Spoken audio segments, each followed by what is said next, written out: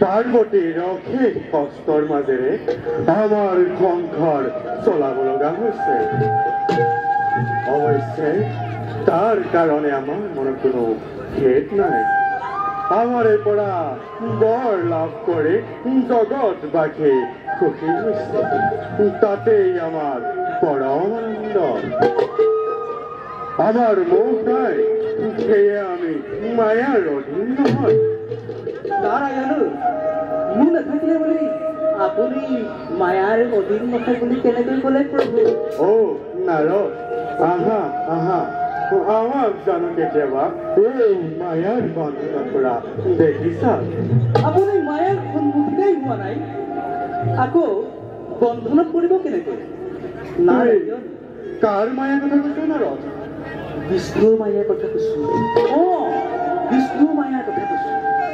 নাৰায়ণে মহিৰ ধৰিলে ভালকৈ বুজাই কচোন নাৰদ।